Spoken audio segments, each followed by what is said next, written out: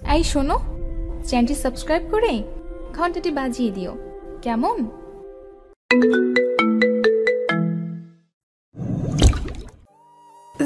ছাড়ুন, কেউ এসে পড়বে। দরজাটা ডাকিয়ে আমার কাছে আয়। কেন প্রজ্জ্বল ভাইয়া? চুমু খাবো তোকে, তাড়াতাড়ি এদিকে আয়। ভরকে গেল রিদিতা। কফির মগটা কোনো রকম বেড সাইড টেবিলের উপর রেখে এক প্রকার দৌড় লাগালেও সে ঘর থেকে বেরিয়ে যাওয়ার জন্য। এ ঘরে এই মুহূর্তে থাকা মানেই বিপদ, কিন্তু কাজের কাজ কিছুই হলো না। প্রজ্জ্বল আতশোয়া থেকে উঠে দৌড়ে দরজার কাছে গেল রিদিতার আগে। রিদিতার বিস্ময় মিশ্রিত দৃষ্টিতে এক পলক তাকিয়ে ভিতর থেকে দরজা আটকে দিল সে। ভয় পেয়ে গেল রিদিতা। চোখের পলক স্থির হয়ে গেল। হৃদস্পন্দন মিস হয়ে গেল কয়েকটা। শুকনো ঢোক গিলে কয়েক পা পিছিয়ে বারান্দার দরজার দেয়াল ঘেঁষে দাঁড়ালো রিদিতা। সত্যিই কি প্রজ্জ্বল চুমু খাবে নাকি? প্রজ্জ্বল দ্রুত গতিতে রিদিতার দিকে এগোতে লাগলো। রিদিতা তো দেয়াল ভেদ করে বেরিয়ে যেতে পারলেই বাঁচে। নিঃশ্বাস আটকে দম মেরে দাঁড়িয়ে আছে সে। মুখ থেকে কোনো কথা বের হচ্ছে না। শরীর ক্রমাগত কাঁপছে। মস্তিষ্ক শূন্য শূন্য লাগছে। দম বন্ধ হয়ে আসছে। এই বুঝে টপপাস করে উপরে চলে যাবে সে। প্রজ্জ্বল ভাই। অস্ফুট স্বরে কিছু একটা বলতে নেওয়ার আগে রিদিতার অধরে আঙ্গুল চেপে আটকে দিল প্রজ্জ্বল। চুপসে গেল রিদিতা। হাত পা কাঁপতে শুরু করে দিয়েছে ইতিমধ্যেই। কাঁপুনিটা আরো বেড়ে গেল কয়েক গুণ যখন প্রজ্জ্বল এক হাতে রিদিতার দুহাত আঁকড়ে উপর করে দেয়ালে চেপে ধরল। এবার হৃদস্পন্দন থেমে যাবার জোগাড় হয়েছে রিদিতার। চোখ খিচে বন্ধ করে রেখেও দম আটকে আসছে তার। লুটিয়ে পড়তে চাচ্ছে সমস্ত শরীর। ঘোলা ঘোলা লাগছে মস্তিষ্ক। পালাচ্ছিলি কোথায় শুনি? বড্ড অবাধ্য হয়ে যাচ্ছিস হৃদি। খুব সাহস হয়ে গেছে তাই না?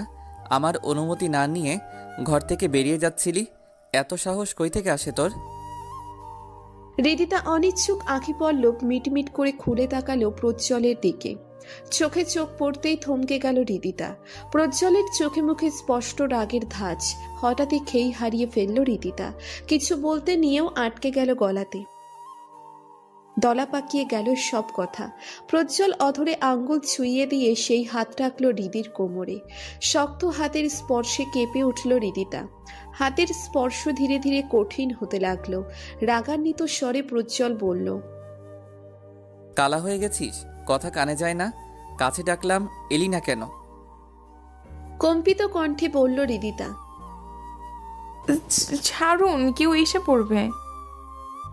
তোর মতো গাধি পৃথিবী শুদ্ধ একটাও দেখিনি। চোখের সামনে দরজা লাগিয়ে দিলাম, দেখতে পাসনি? কানের সাথে চোখটাও খেয়ে বসে আছিস তাই না? আর ভুলে যাচ্ছিস কেন? তোর উপর সব রকমের অধিকার আছে আমার। বাসায় যাবো আমি। থাপড়িয়ে গাল লাল করে দেব। বেয়াদব মেয়ে, আমাকে টেনশনে ফেলে খুব শান্তি পাস তাই না? কাল রাতে ফোন ধরছিলি না কেন শুনি? মাঝরাতে বাসার কাউকে ফোনও দিতে পারছিলাম না। রাতেই বেরিয়ে পড়েছি রাজশাহী থেকে।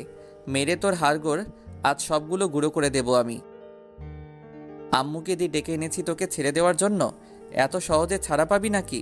বল, ফোন ধরছিলি না কেন? লোকটা রাজশাহী থেকে ঢাকা এতটা রাস্তা ড্রাইভিং করে এসেছে। অনুতপ্ত হলো রিদিতা। ছলো ছলো চোখে প্রজ্জ্বলের দিকে তাকালো, কিন্তু পর মুহূর্তেই মস্তিষ্কে ঠেকলো প্রজ্জ্বলের বলা শেষ কথাটা। ফুপিকে দিয়ে ডেকে পাঠিয়েছে মানে? তার মানে সবকিছু প্রজ্জ্বল ভাই ইচ্ছাকৃতভাবে? আজ সকালে। রিদিতা, তুই একটু তাড়াতাড়ি চলে আয় তো মা, খুব দরকার। কেন ফুপি, কি হয়েছে? সব ঠিকঠাক আছে তো? পরে বলছি, তুই একটু তাড়াতাড়ি আয়। বাড়িতে কাউকে জানানোর প্রয়োজন নেই এখন, আমি পরে বলে দিবনি। একটু জলদি আয়। রিদিতার অপেক্ষা করেনি। যে পোশাকে রাতে ঘুমিয়েছিল সে পোশাকেই চলে এসেছে সে। ফুপুর বাসায় পৌঁছে অবাক হলো রিদিতা। তার ফুপু নিশ্চিন্তে টেবিলে খাবার সাজাচ্ছেন। দ্রুত পায়ে ফুপুর পাশে এসে দাঁড়ালো সে। চিন্তিত গলায় বলল, ফুপি ঠিক আছো তুমি? কি হয়েছে বলো তো? কেন, তোকে কি ডাকতে পারি না আমি? রিদিতা নিচের হাতঘড়ির দিকে তাকালো। সবে সকাল ৮টা বাজে। কিন্তু এত সকাল সকাল? তুমি তো বললে খুব দরকারি। রিদিতা, তোকে কি আমি ডাকতে পারি না? তোর ফুপুর কি এতটুকু অধিকার নেই? কথায় কথায় ইমোশনাল ব্ল্যাকমেল করলেন রিদিতার বড় ফুপু সুফিয়া আনাম। এছাড়া তো উপায় নেই, কাল থেকে তার একমাত্র ছেলে পাগলামি শুরু করে দিয়েছে। রিদিতা করে একাকার অবস্থা। রিদিতা ওর ফুপুর কথার ভিত্তিতে কি বলবে খুঁজে পেল না, তাই চুপচাপ দাঁড়িয়ে থাকলো। প্রজ্জ্বলকে কফিটা দিয়াই তো রিদিতা। চমকে উঠল রিদিতা। কবে ফিরলেন উনি? সন্দিহান দৃষ্টিতে প্রশ্ন করল রিদিতা। প্রজ্জ্বল ভাই কবে আসলেন? উনি তো পরশুই গেলেন রাজশাহী। এই তো একটু আগে আসলো। তুই গিয়ে একটু কফিটা দিয়ায়, হাতে অনেক কাজ আমার। প্রজ্জ্বলের মাথাটাও ধরেছে নাকি, একটু তাড়াতাড়ি যা। রিদিতা দ্বিমত করার আগেই ওর হাতে কফির মগ ধরিয়ে দিলেন সুফিয়া। অগত্যাই কফি নিয়ে যেতে হলো প্রজ্জ্বলের কাছে। ফোন ধরছিলি না কেন বল? প্রজ্জ্বলের ধমকে ভাবনা থেকে বেরিয়ে এলো রিদিতা। সব কাজিনদের মধ্যে প্রজ্জ্বলকেই সব থেকে বেশি ভয় পায় সে। রিদিতার একমাত্র ফুপির ছোট ছেলে প্রজ্জ্বল। তোকে ঠাটিয়ে চর না বসালে তুই বলবি না, তাই না? ঘুমিয়ে পড়েছিলাম।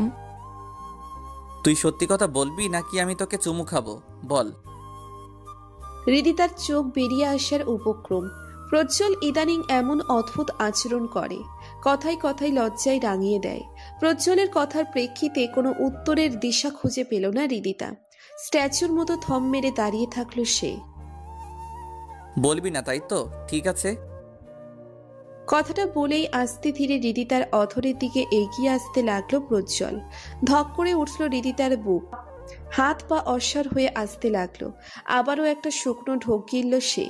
প্রজ্জ্বল কাছে আসতেই এমন হয় ওর, হৃদস্পন্দন বেড়ে যায়, কাঁপাকাঁপি শুরু হয়ে যায়, নিঃশ্বাস আটকে আসে বারংবার। এই মুহূর্তে শরীর ছেড়ে দিতে ইচ্ছে করছে রিদিতার। দু পায়ের আঙ্গুল দিয়ে মেঝে আটকে ধরেও সে ব্যালেন্স রাখতে পারছে না যেন। অতিরিক্ত ভয়ে কম্পিত ঠোঁট যুগল নাড়িয়ে অস্ফুট কণ্ঠে বলল, দূরে সরুন প্লিজ, আমায় যেতে দিন। প্রজ্জ্বলের মধ্যে কোনো ভাবাবেগ হলো না। সে ক্রমাগত এগিয়ে যেতে লাগলো রিদিতার কম্পমান ঠোঁট বরাবর। দুজনের অধরের দূরত্ব ছুঁই ছুঁই প্রায়। হঠাৎই ফুঁপিয়ে কেঁদে উঠল রিদিতা। কান্নার ধ্বনি কান পর্যন্ত যেতেই নেশাতুর প্রজ্জ্বল থমকে গেল। চোখ তুলে দেখল রিদিতা কাঁদছে। হঠাৎই দিশেহারা হয়ে উঠল প্রজ্জ্বল। রিদিতা খুব শক্ত একটা মেয়ে, সে তো এত সহজে কাঁদে না। কি হলো হঠাৎ? ভয় পেয়েছে? মুহূর্তেই হাতের বাঁধন আলগা করে দিল প্রজ্জ্বল। রিদিতার দুই গালে হাত রেখে দুর্বোধ্য কণ্ঠে বলল, রিদি রানী কি হয়েছে? কাঁদছো কেন তুমি? আরে আমি তো মজা করছিলাম। এই রিদি রানী, বলো না কি হয়েছে? ভয় পেয়েছো? প্রজ্জ্বলের গাল আঁকড়ে ধরা দুহাতের উপর হাত রাখল রিদিতা। প্রিয় মানুষের আহ্লাদি কথায় অভিযোগ আকাশ ছুঁয়ে গেল। কান্নার বেগ বেড়ে গেল। এবার সে হাউমাউ করে কাঁদতে লাগলো। প্রজ্জ্বল পড়েছে অকুল সাগরে। মেয়েটাকে বেশি ভয় দেখিয়ে ফেলেছে মনে হয়। এই রিদি রানী, সরি, আর কখনো এভাবে ভরকাবো না। সরি, প্লিজ কাঁদে না। কান্নারত রিদিতা অনুতপ্ত হলো বেশ। অকারণেই নিজেকে দোষারোপ করছে প্রজ্জ্বল। কান্নার বেগের কারণে আসল ঘটনাও বলতে পারছে না সে। কাল কাল কাল কি হয়েছে রিদরানী? কেউ কিছু বলেছে? মামুনি বকা দিয়েছে? কাল কলেজ থেকে ফেরার সময় রাস্তায় রাহান আমার ওন্না। মুহূর্তেই অপ্রতিরোধ্য রাগ জুড়ে বসল প্রজ্জ্বলের মাথায়। দুগাল থেকে হাত নামিয়ে হাতের বাঁধন শক্ত করল সে। অতিরিক্ত রাগে কিছুক্ষণে ফর্সা মুখটা লাল বরণ ধারণ করল। দুকদম পিছিয়ে কর্নার টেবিলে রাখা ফুলের ভাসটা আছাড় দিয়ে বেরিয়ে গেল সে ঘর থেকে। কাঁচ ভাঙার শব্দ নিমিয়ে যেতেই চোখ খুলল রিদিতা। চোখের সামনে প্রজ্জ্বলকে দেখতে না পেয়ে সেও ঘর থেকে বেরিয়ে যাওয়ার জন্য উদ্ভট হতেই পায়ে গেঁথে বসলো ভাঙা কাচের টুকরো। অস্ফুট আওয়াজ করে নিজেকে সামলে নিল সে। খুঁড়িয়ে খুঁড়িয়ে দরজা পর্যন্ত এগিয়ে এলো। এই মুহূর্তে প্রজ্জ্বলকে আটকানোটা বেশি জরুরি। কিন্তু দরজার কাছে পৌঁছানোর আগে ততক্ষণে বেরিয়ে গেছে প্রজ্জ্বল। পায়ের ব্যথাটা ক্রমশ বাড়তেই দরজার কাছেই বসে পড়ল হৃদিতা। কোনো রকম গুঙিয়ে বলে উঠল সে, ফুপি, ফুপি। হৃদিতা, কি হয়েছে মা? ডাকছিস কেন? কথা শেষ করতে পারলেন না সুফিয়া। হৃদিতার দিকে তাকিয়েই আতকে উঠলেন তিনি, তবদা মেরে গেলেন একদম। হৃদিতার রক্তে রঞ্জিত পা আর মেঝে গড়িয়ে যাওয়া রক্ত দেখে গলা শুকিয়ে এলো সুফিয়া আনামের। কম্পমান দৃষ্টিতে কিছুক্ষণ ওভাবেই দাঁড়িয়ে থাকলেন তিনি। ব্যাপারটা বুঝতে পেরেই মেঝেতে বসে পড়লেন। হৃদিতার পায়ে হাত রেখে আতঙ্কিত হয়ে বললেন, কি হয়েছে দিদি? পা কিভাবে কাটলো? হৃদিতা কান্নার বেগে কিছুই বলতে পারছে না, এক নাগাড়ে ফুপিয়ে যাচ্ছে সে। হৃদিতার কি হয়েছে আম্মু? হন্ততন্ত হয়ে জিজ্ঞেস করতে করতে ছুটে এলো প্রজ্জ্বলের বড় বোন নিপা। চট্টগ্রাম ইউনিভার্সিটিতে অনার্স কমপ্লিট করছে সে। প্রজ্জ্বল নিপা পিটপিটে, তাই পড়াশোনাটা একই সাথে। কালকেই সে হোস্টেল থেকে ফিরেছে। জানি না, এসে দেখি এমন বিধ্বস্ত অবস্থা। তুই ডাক্তারকে ফোন কর শীঘ্রই। নিপা ছুটে গেল ফোন করতে। এদিকে হৃদিতার রক্ত বন্ধ হবার নাম নেই। শরীর নেতিয়ে আসছে অতিরিক্ত রক্তক্ষরণে। নিভু নিভু চোখে অস্পষ্ট স্বরে কিছু একটা বলতে চাইছে সে। সুফিয়া আনাম চেষ্টা করেও কিছু বুঝে উঠতে পারলেন না। কাজবিদ্ধ পায়ে হাত লাগানোর সাহসও হচ্ছে না। কিছু দিয়ে বেঁধে রক্ত পড়া বন্ধ করবে তারও উপায় নেই। আরও কিছুটা অস্থির হয়ে পড়লেন তিনি। হৃদিতার এমতো অবস্থা দেখে নিপার উদ্দেশ্যে চেঁচিয়ে বলে উঠল, একটু তাড়াতাড়ি কর নিপা, রক্ত যে বন্ধ হচ্ছে না। ফোন তো দিয়েছি মা, ডাক্তার আঙ্কেল ফোন তুলছেন না। গভীর চিন্তায় পড়ে গেলেন সুফিয়া আনাম। হৃদিতার অবস্থাও ভালো না। কি করবেন এখন তিনি? সকাল সকাল প্রজ্জ্বলের বাবাও অফিসের কাজে বেরিয়ে গেছেন, কিন্তু প্রজ্জ্বল কোথায়? হৃদিতার এমন অবস্থা, অথচ প্রজ্জ্বল নেই। প্রজ্জ্বলের কথা মাথায় আসতেই তিনি প্রজ্জ্বলকে ডাকতে লাগলেন, প্রজ্জ্বল, এই প্রজ্জ্বল। ফুপি, ওনাকে আটকাও, কিছু একটা অঘটন ঘটে যাবে ফুপি। অস্পষ্ট স্বরে কথাটা এতক্ষণ পর উচ্চারণ করল হৃদিতা। ততক্ষণে বেরিয়ে গেছে প্রজ্জ্বল। হৃদিতার আধো কণ্ঠের কথা শুনে মুহূর্তেই সবকিছু বুঝে গেলেন সুফিয়া আনাম। প্রজ্জ্বল সহজে রেগে যায় না। নিশ্চিত হৃদিতা রিলেটেড কিছু একটা হয়েছে। ছেলেটা আজ আবার কি অঘটন ঘটাবে কে জানে। রাস্তার ছেলেগুলোর সাথে ঝামেলা না বাঁধালে হতো না? দেশে কি আইন কানুন নেই? পুলিশকে খবর দিলেই তো হয়ে যেত। নিজে গিয়ে ওদের সাথে মারামারি করার খুব কি দরকার ছিল? ড্রয়িং রুমের সোফায় বসে ছাঁচালো কণ্ঠে প্রজ্জ্বলকে শাসন করছেন আতিক সাহেব। বাবা, ওরা রিদির সাথে খারাপ ব্যবহার করছে। তো কি হয়েছে? তোমার কি মনে হয় হৃদিতাকে শুধু তারা উত্ত্যক্ত করেছে? দেশে আইন কানুন জলাঞ্জলি যায়নি প্রজ্জ্বল। নিজের হাতে আইন তুলে নেওয়া মোটেও শোভনীয় নয়। আজ তুমি ওদের মেরে ধরে থামিয়ে রাখলে, কদিন পর ওরা যে হৃদিতার কোনো ক্ষতি করতে উদ্যত হবে না সেই বিষয়ে কি নিশ্চিত তুমি? সুফিয়া, তোমার ছেলেকে বলে দাও সে যেন আর দাদাগিরি করতে না যায়। আমি পুলিশে ইনফর্ম করে দিয়েছি, বাকিটা ওরা দেখে নেবে। তুই কি মেয়েটাকে শান্তিতে থাকতে দিবি না প্রজ্জ্বল? এবার তেতে উঠলেন সুফিয়া বেগম। কড়া কণ্ঠে প্রজ্জ্বলকে আরো কিছু বলতে নেওয়ার আগেই প্রজ্জ্বল বলল, তোমার ভাস্তির শাস্তিটা চোখে পড়ে, আর আমার অশান্তিটা তোমার চোখে লাগে না? তোর এই অতিরিক্ত রকমের বাড়াবাড়ির কারণে মেয়েটার সাথে সকালে এত বড় একটা অঘটন ঘটে গেল। ডাক্তার তো বলেছে তেমন কোনো ফ্র্যাকচার হয়নি মা, শরীর থেকে একটু বেশি রক্ত পড়েছে, এই যা। ও বেঁচে আছে, এটাই আমার কাছে অনেক। চমকে উঠলেন সুফিয়া সহ ড্রয়িং রুমে বসে থাকা আতিক সাহেব ও নিপা। এ কেমন অশোভনীয় কথাবার্তা! মেয়েটা বেঁচে আছে তাতেই সই, এত বড় একটা ঘটনা! মেয়েটার বেহাল দশা কিছুই না ওর কাছে। নিপা ছোট ছোট চোখ করে প্রজ্জ্বলের দিকে তাকালো। এবার এই ছেলেকে কিছু না বললেই নয়। ছোট ভাইকে বিরক্ত চোখে তাকিয়ে কটাক্ষ করে বলল, ভাই, তোর কি মাথায় সমস্যা? মেয়েটার এতগুলো রক্তক্ষরণ হলো আর তুই বলছিস ও বেঁচে আছে তাতেই সই? তো কি বলবো, কান্নাকাটি করে ভাসিয়ে দেওয়ার মতো তো কিছুই হয়নি, বাস্তবতাই বললাম, বুঝলি?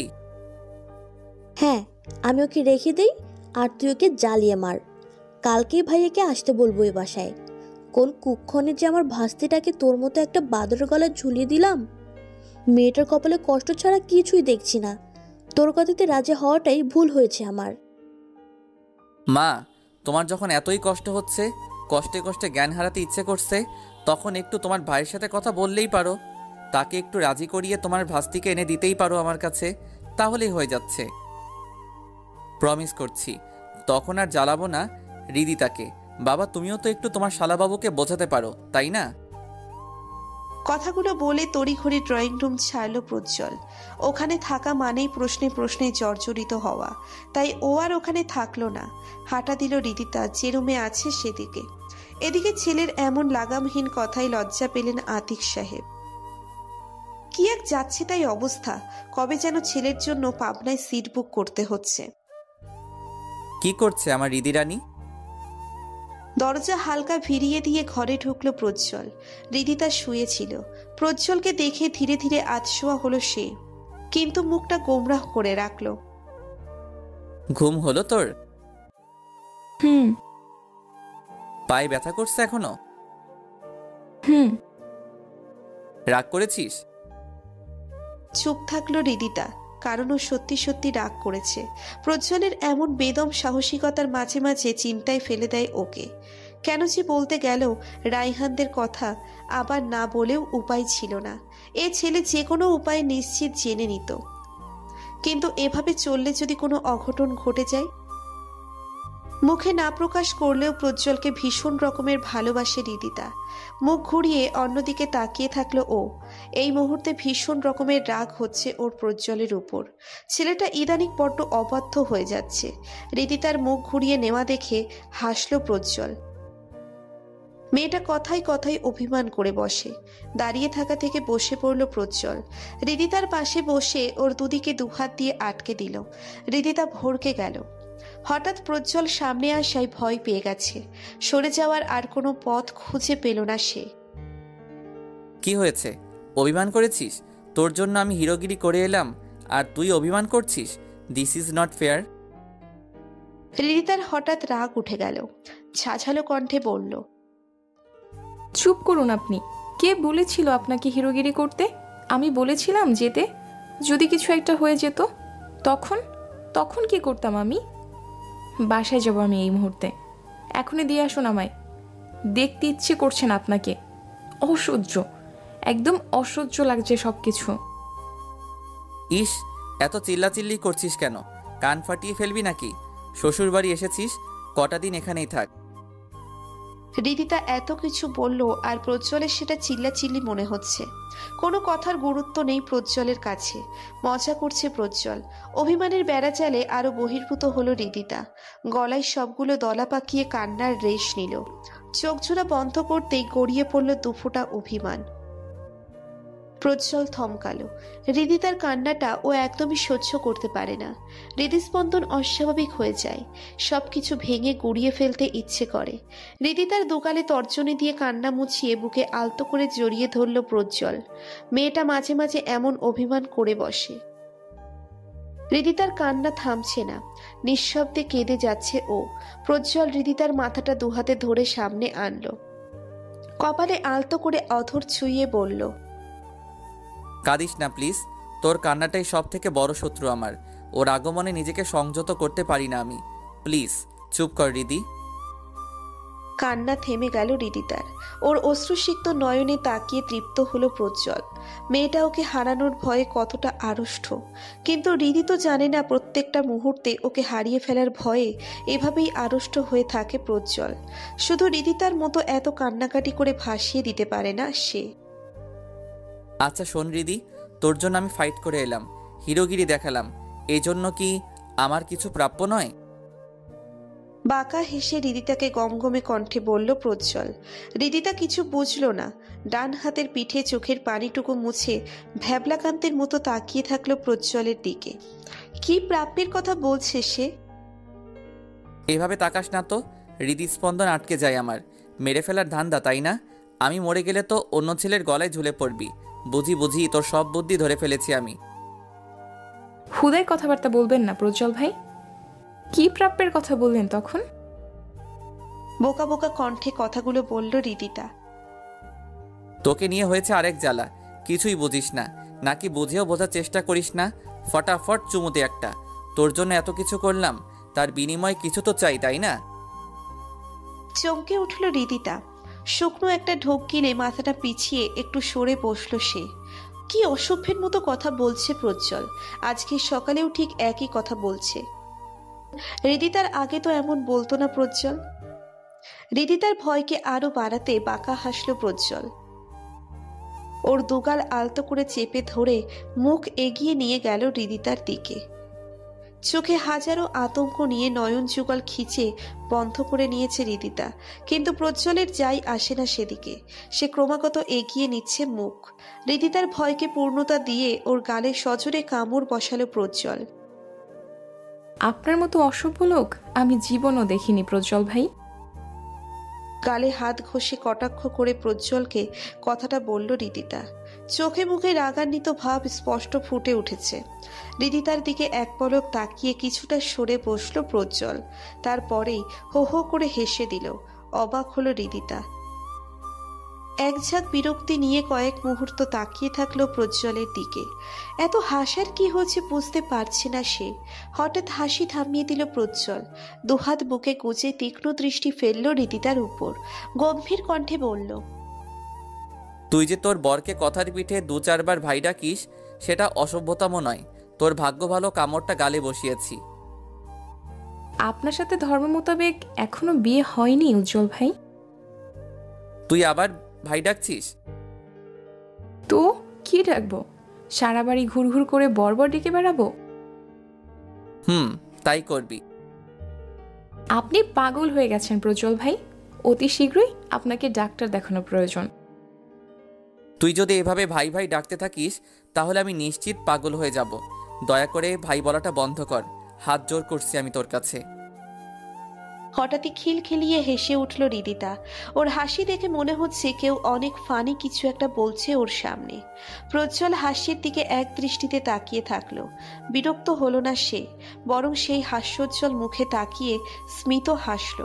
এই হাসিতেই তো হাজারো বার খুন হয়েছে সে। এভাবে হাসিস না তো, নইলে আরেকবার কামড় দিব। প্রজ্জ্বলের এমন বেহায়াপনা কথায় তৎক্ষণাৎ হাসি থামিয়ে দিল রিদিতা। আজ সকাল থেকেই প্রচন্ড রকমের রোদ উঠেছে, ঝলসে দিচ্ছে ধরণী। বাহিরে দুদণ্ড দাঁড়ানোর জো নেই। এখন সকাল 10টা। এই অসহ্য রকম রোদের ছাদে দাঁড়িয়ে আছে নিপা। পরনে ভারী শাড়ির সাথে হালকা সাজ। মিনিট কয়েকের ব্যবধানেই ফর্সা মুখটা টকটকে লাল হয়ে আছে। অতিরিক্ত কান্নার ফলে নাকি রোদের কারণে বোঝা যাচ্ছে না ঠিকভাবে। নিপাদি, তুমি এই কড়া রোদের মধ্যে দাঁড়িয়ে এখানে কি করছো বলো তো? ফুবি তোমাকে নিচে রাখছে। একটু পরই তোমাকে দেখতে লোক চলে আসবে। চলো চলো, নিচে চলো। ছাদের দরজায় দাঁড়িয়ে জোরে জোরে কথাগুলো বলল রিদিতা। কয়েকটা দিন কেটে গেছে এর মধ্যে। রিদিতার ক্ষতটাও ভালো হয়ে গেছে। আজ নিপাকে দেখতে আসবে পাত্রপক্ষ। ছেলে ভালো চাকরি করে, দেখতে সুদর্শন, পরিবার ভালো, তাই বাসার কেউ আর দ্বিমত পোষণ করেনি। পছন্দ হলে আজকেই বিয়েটা হয়ে যেতে পারে।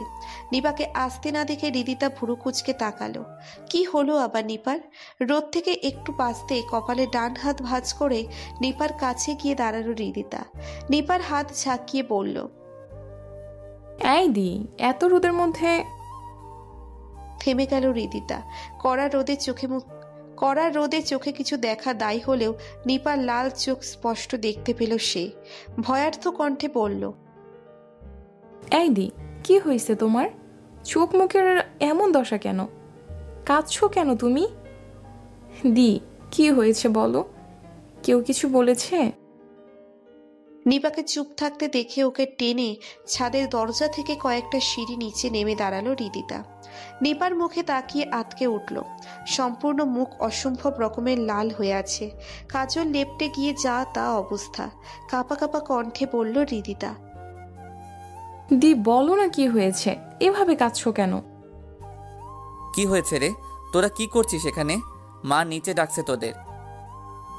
ছাদের দরজায় প্রজ্জ্বলকে দাঁড়িয়ে থাকতে দেখে নিপা রিদিতা দুজনেই ভয় পেয়ে গেল।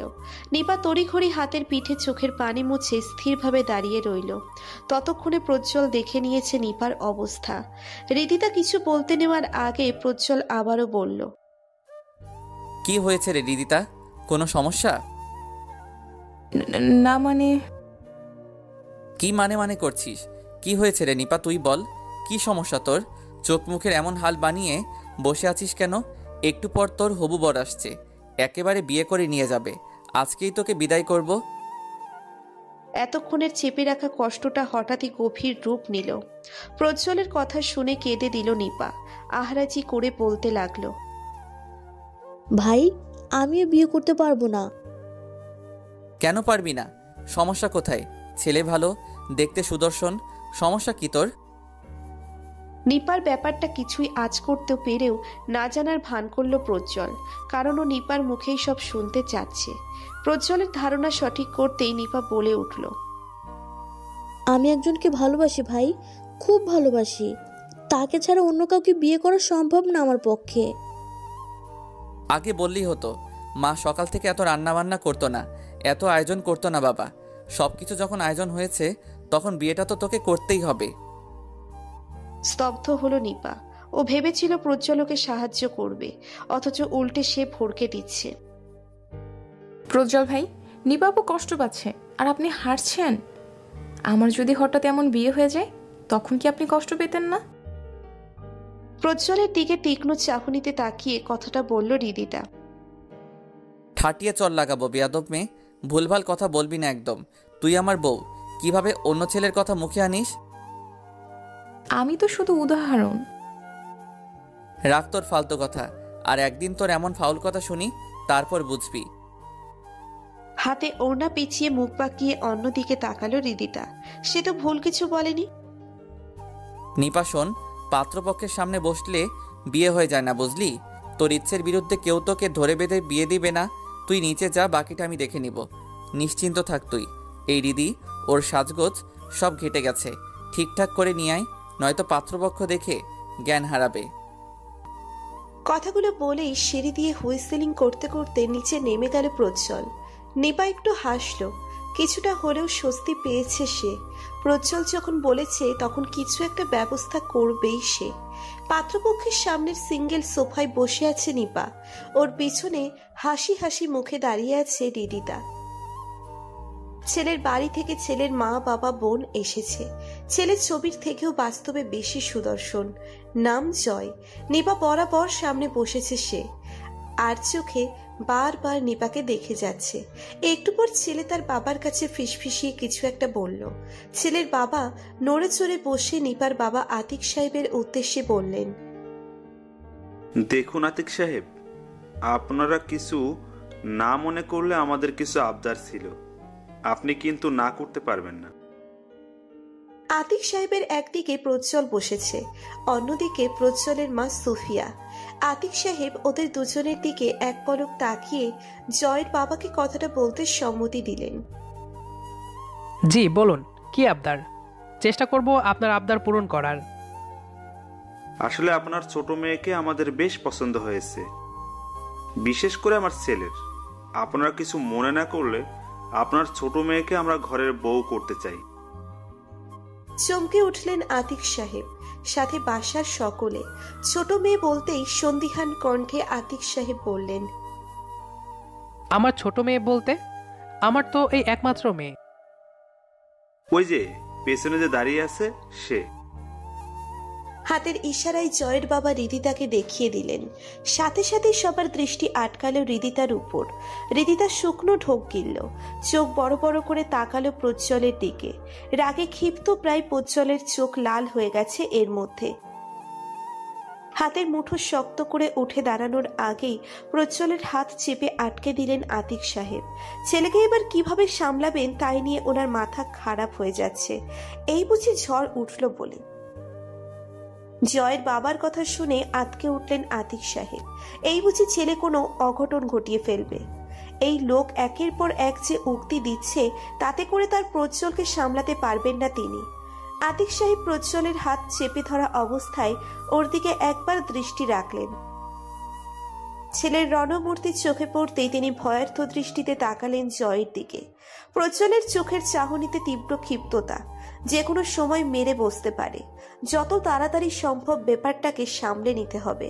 তাই আতিক সাহেব জয়ের বাবার উদ্দেশ্যে বললেন, দেখুন, এটা সম্ভব নয়, আপনারা আসতে পারেন। জয়ের বাবা চিন্তিত ভঙ্গিতে বললেন, কেন সম্ভব নয় আতিক সাহেব? আতিক সাহেব এবার পড়লেন বেশ বিপদে। ব্যাপারটাকে সহজভাবে সামলে নিতে চাচ্ছিলেন উনি, অথচ এই লোক কথা বাড়িয়েই চলেছে। এইভাবে উদ্ভট কথাবার্তা চলতে থাকলে তার রাগান্বিত ছেলেকে আর আটকাতে পারবেন না তিনি। এসব ভেবে আরো একবার প্রজ্জ্বলের উপর দৃষ্টি ফেললেন তিনি। প্রজ্জ্বলের স্থির দৃষ্টি জয়ের উপর। অতিরিক্ত রাগে জোরে জোরে নিঃশ্বাস ফেলছে সে। ফর্সা মুখটা টকটকে লাল হয়ে উঠেছে, একেবারে জ্বলন্ত আগুনের লাভা, যে কোনো সময় যে কাউকে ভস্ম করে দিতে সক্ষম। আতিক সাহেব প্রজ্জ্বলের এমন অবস্থা দেখে ওর হাতটা আরো শক্ত করে চেপে ধরলেন। গম্ভীর কণ্ঠে বললেন, যাকে আপনি বৌমা করতে চাচ্ছেন সে বিবাহিত। চমকে উঠলেন জয়ের বাবা। বিবাহিত মানে? এইটুকু মেয়ের বিয়ে হয়ে গেছে? বড় মেয়ের আগে ছোট মেয়ের বিয়ে দিয়ে দিয়েছেন, নাকি মেয়েকে দিবেন না জন্য বাহানা তৈরি করেছেন আতিক সাহেব? আতিক সাহেব এবার নিজেও বেশ রেগে গেলেন। এত প্রশ্ন কেন করছেন লোকটা? সোজা কথাকে বেশি করে পেঁচাচ্ছেন এই লোক। তিনি থমথমে গলায় বললেন, প্রথমত আপনি জেনে রাখুন, সে আমার ছেলের বউ, সেই সূত্রে মেয়েও বটে। আপনাকে কোনো বাহানা দেওয়ার প্রয়োজন আমার নেই। তো আপনার প্রশ্নের উত্তর পেয়ে গেলে আসতে পারেন আপনারা। কথাগুলো বলেই প্রজ্জ্বলের হাত ছেড়ে দিলেন আতিক সাহেব। এবার কিছু বললে তিনি কিছু করতে পারবেন না। প্রজ্জ্বল সামলে নিক বাকিটা, তা হবার হবে। কিন্তু প্রজ্জ্বল নড়ল না, ওভাবেই বসে থাকলো। কারণ প্রজ্জ্বলের বাবার যথাযথ উত্তর ওর পছন্দ হয়েছে। বাঁকা হেসে সোফার দুদিকে হাত ছড়িয়ে আরাম করে বসল সে। তারপর স্বাভাবিক কণ্ঠে বলল, বাবা আপনাদের কি বললো কানে যায়নি? আসতে পারেন আপনারা। আর হ্যাঁ, অন্য কোথাও বউ খুঁজতে গিয়ে তার পরিবার সম্পর্কে ভালোভাবে জেনে নেবেন। আর হেইউ, তুমি দৃষ্টি সংযত রেখো, নয়তো এর পরের বার অন্য কোথাও উত্তম মধ্যম খেতে পারো। প্রজ্জ্বল যে শান্ত কথায় বেশ শক্ত অপমান করল তা বুঝতে বাকি নেই জয়ের। সে তৎক্ষণাৎ উঠে দাঁড়িয়ে বলল, বাবা চলে এসো, এর শেষ দিকে ছাড়বো আমি। জয় আর জয়ের ফ্যামিলি চলে গেছেন ইতিমধ্যেই। ড্রয়িং রুমে নিরাপত্তা চলছে এখন।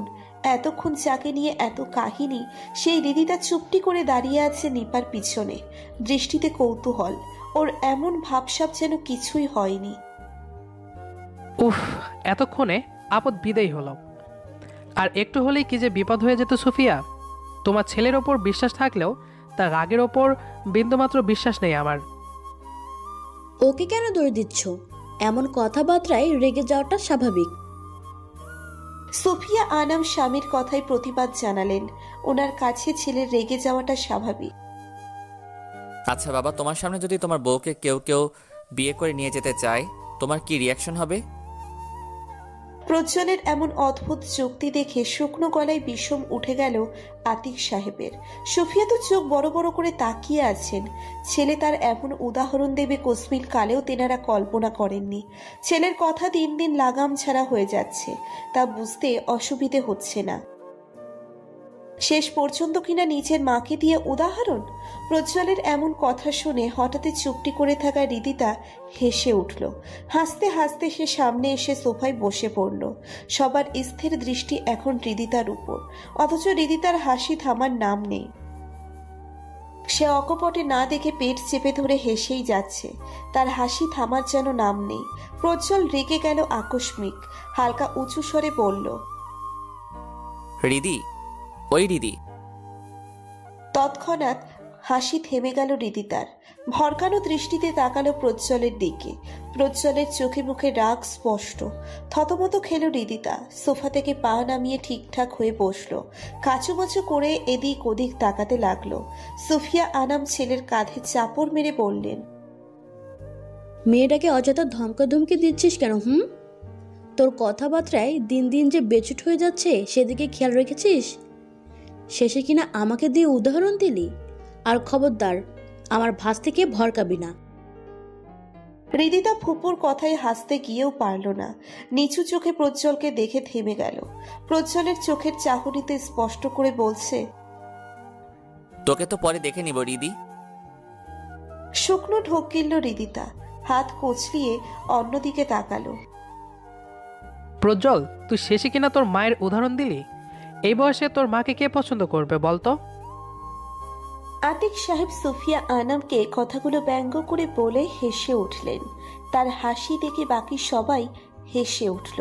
শুধু সুফিয়া হাসলেন না, তিনি কটমট চোখে তাকিয়ে থাকলেন আতিক সাহেবের দিকে। থেমে গেল আতিক সাহেবের হাসি।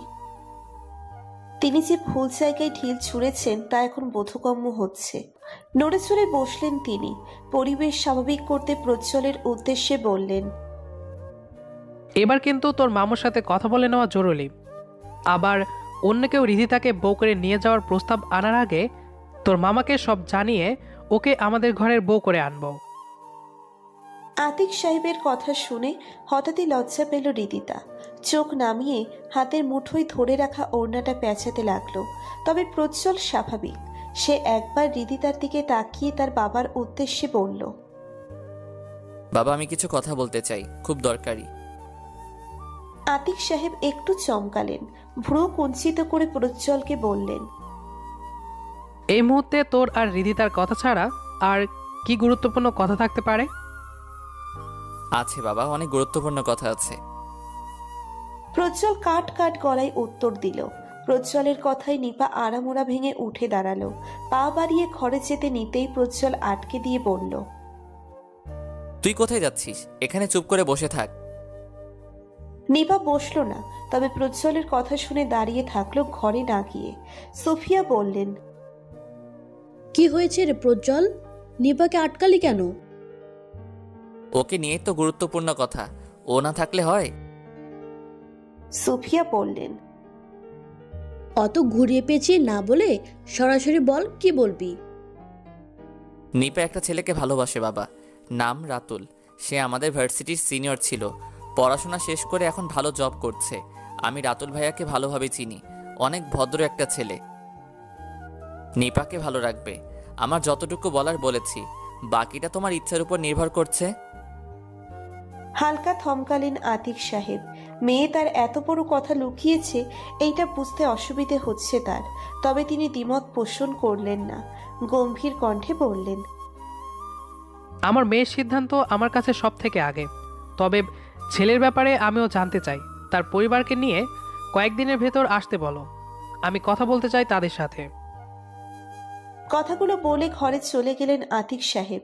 মেয়ের এত বড় লুকিয়ে রাখা কথায় তিনি একটু অভিমান করেছেন। সুফিয়া আনাম বললেন, আগে বললি না কেন নিপা? তাহলে পাত্রপক্ষের এত কাহিনী দেখতে হতো না। অযথা আমার ঘরের বউকে নিয়ে টানাটানি হলো। তুই রাজি না হলে তোকে কি আমরা জোর করতাম ওদের সামনে বসতে? নিপা অনুতপ্ত চোখে মায়ের দিকে তাকালো। তারপর বলল, মা, আমি ভয় পেয়ে গিয়েছিলাম যদি বাবা আমার কথায় কষ্ট পেত।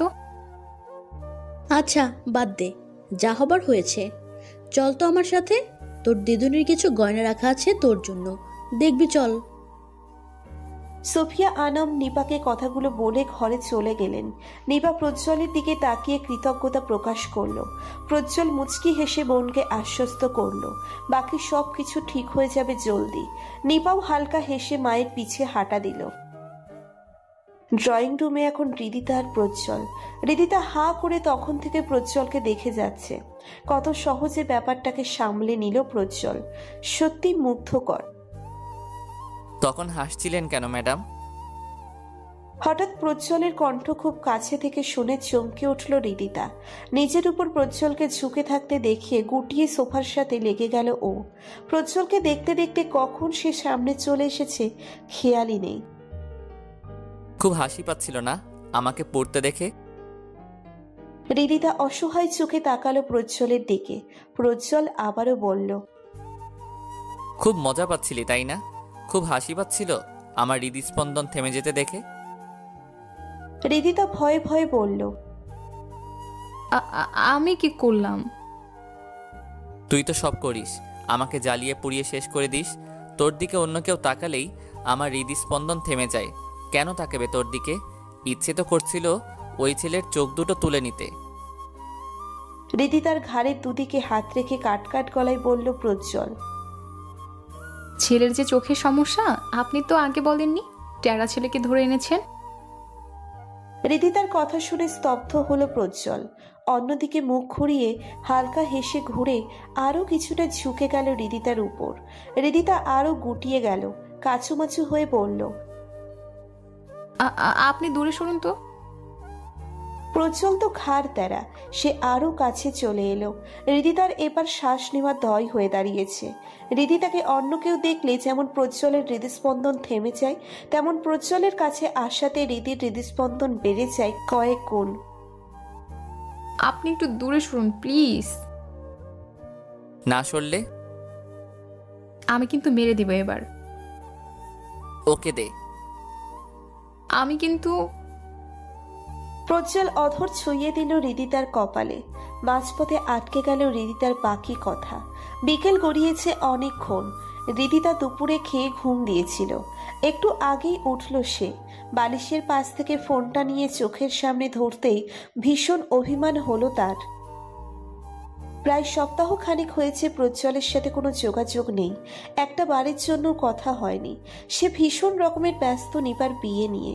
প্রজ্জ্বলের বাবা রাজি হয়ে গেছে নিপার সাথে রাতুলের বিয়েতে। রিদিতা গিয়েছিল প্রজ্জ্বলদের বাসায়, কিন্তু এই এক সপ্তাহে একটি বারের জন্য দেখা পাওয়া যায়নি তার। একটা বারের জন্য ফোন দেয়নি প্রজ্জ্বল। অনেকগুলো অভিমান নিয়ে রিদিতা ফ্রেশ হতে চলে গেল। সে ঠিক করে নিয়েছে প্রজ্জ্বলের সাথে সে আর কথা টথা বলবে না। একটু পর ফ্রেশ হয়ে এসে আবারও রিদিতা নিজের ফোনটা হাতে নিল। অবাধ্য মন তো অভিমান শুনতে নারাজ। ফোনের স্ক্রিনে প্রজ্জ্বলের লাস্ট এক সপ্তাহ আগের কল লিস্ট চোখে পড়তেই রেগে গেল রিদিতা। রাগের বসে ফোনটা ছুঁড়ে মারল বেডের উপর। ফোন বেচারার কি দোষ? সে কি প্রজ্জ্বলকে নিষেধাজ্ঞা দিয়েছে ফোন না দিতে? নিচ থেকে কয়েক গুচ্ছ কথার রেশ আসতেই থমকে দাঁড়ালো রিদিতা। নিচের থেকে কিছুটা উচ্চস্বরের কথাবার্তা স্পষ্ট ওর কানে আসছে। এই সময় আবার বাসায় কি হলো? রিদিতা ওড়নাটা মাথায় তুলে নিয়ে তড়িঘড়ি বেরিয়ে গেল ঘর থেকে। পরনে বাসায় পরা ঢিলে প্লাজো আর গেঞ্জি। ড্রয়িং রুমের কাছাকাছি এসেই থমকে দাঁড়ালো রিদিতা, কারণ ওর বাবার সামনের সোফায় জয় সহ জয়ের বাবা বসে আছেন। কিছু একটা নিয়ে জয়ের বাবা কথা বলছেন রিদিতার বাবা ওসমান সাহেবের সাথে। রিদিতা দুপা পিছিয়ে গেল। এই জয়ের বাচ্চা এখানে কি করছে? বাবার কাছে বিয়ের কথা বলতে আসেনি তো? এবার কি হবে? শেষ বিকেল এখনো ফুরোয়নি। ধরনীর আনাচে কানাচে লালচে রোদ্দুর কিরণ ছড়িয়েছে। শুভ্র আকাশ মেঘময়।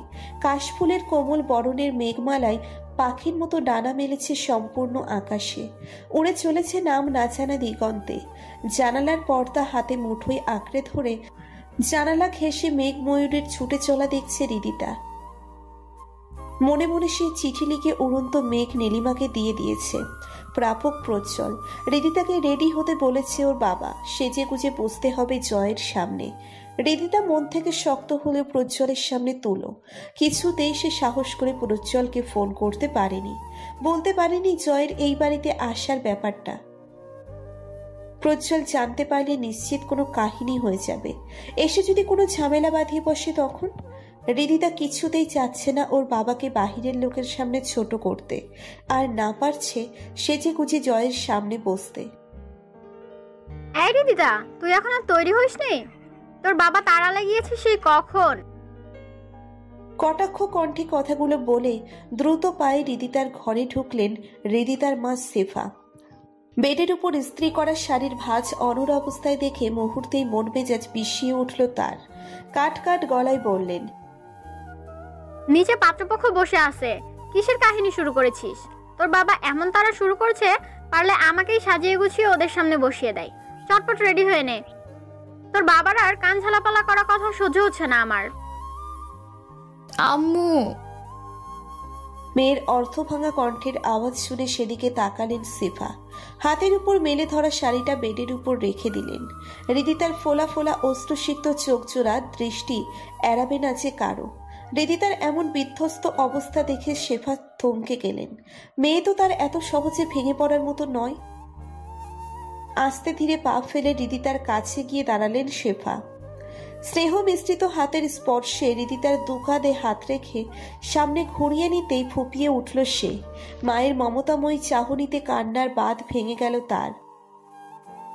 আম্মু, আমি যাব না নিচে, কিছুতেই নিচে যাব না। তুমি আব্বুকে বুঝিয়ে বলো না একটু, আমি নিচে যাব না। মেয়ের আবেগ ঘন কথায় মুচকি হাসলেন শেফা। দুহাতের তালুতে মেয়ের চোখের পানিটুকু মুছে দিয়ে বললেন, আমি প্রজ্জ্বলকে ফোন করে দিয়েছি, ও আসছে, সামনে নেবে সবকিছু। তুই চিন্তা করিস না, তোকে যেতে হবে না, তোকে যেতে হবে না নিচে, ভাগলি একটা। মায়ের ভরসাপূর্ণ কথায় আশ্বস্ত হওয়ার বদলে ভোরকে পেয়ে গেল হৃদিতা। ভয় মিশ্রিত কণ্ঠে বলল, আম্মু, তুমি কেন জানিয়েছো প্রজ্জ্বল ভাইয়াকে? এখন কি হবে? ভাইয়া এসে যদি কোনো অঘটন ঘটিয়ে ফেলে, বাবার সামনে জয়কে মেরে বসে, তখন তো বাবা সব জেনে যাবে। আম্মু, কেন বলছো তুমি? এক হাত কোমরে রেখে অন্য হাতের দুই আঙ্গুল কপালে চেপে চিন্তিত হৃদিতা ঘরের দিকে থেকে ওদিকে পায়চারি করতে লাগলো। এবার কি হবে তাই নিয়ে সন্দিহান সে। টেনশনে মাথা ফেটে যাচ্ছে ওর। একই ঘটনার পুনরাবৃত্তি হতে চলেছে আবারও। মেয়ের অস্থিরতা দেখে শেফা বললেন, এত চিন্তা করতে হবে না তোকে, চুপ করে ঘরে বসে থাক। প্রজ্জ্বলকে না জানালেই ওই ছেলের সামনে তোকে বসতে হতো, তখন কি খুব ভালো হতো? যেতি তুই ওই ছেলের সামনে। কিন্তু কোনো কিন্তু নয়, কিচ্ছু হবে না, চিন্তা করিস না একদম। মেয়ের গালে হাত রেখে মেয়েকে আশ্বস্ত করে ঘর থেকে বেরিয়ে গেলেন শেফা। কিন্তু হৃদিতার টেনশন বিন্দু মাত্র কমল না। মাথা চেপে ধরে বসে পড়ল বেডে। আগের বারের ঘটনা যদি এবারেও হয় তাহলে? এবার কি করবেন প্রজ্জ্বল ভাই? ভাইয়া, এটা কিন্তু তুই ঠিক করিসনি। প্রজ্জ্বল বিকেলে এবারই না আসলে তো কিছুই জানতাম না। আপা দেখ, আমি নিপার ব্যাপারটা জানতাম। নিপাকে দেখতে আসা ছেলেই যে জয় তা কিন্তু আমি জানতাম না। পরে অবশ্য ওরাই বলেছে সবটা। তাই বলে তুই রাজি হয়ে যাবি দিদিদের সাথে জয়ের বিয়েতে? ওরা প্রস্তাব আনলো আর তুই রাজি হয়ে গেলি? আমাদের জানানোর প্রয়োজন মনে করলি না? আমি তো রাজি হইনি আপা, শুধু বলেছে সিদ্ধান্ত পরে জানাবো। তোমাদের মতামতের গুরুত্ব আছে আমার কাছে। তাহলে না করে দে এই বিয়েতে। সুফিয়ার কথা শুনে ভুরু কুঁচকে এলো ওসমান সাহেবের। তিনি দ্বিমত পোষণ করে বললেন, ছেলে খারাপ কিসে আপা? ভালো জব করে, ফ্যামিলি ভালো, ছেলে দেখতে মাশাআল্লাহ।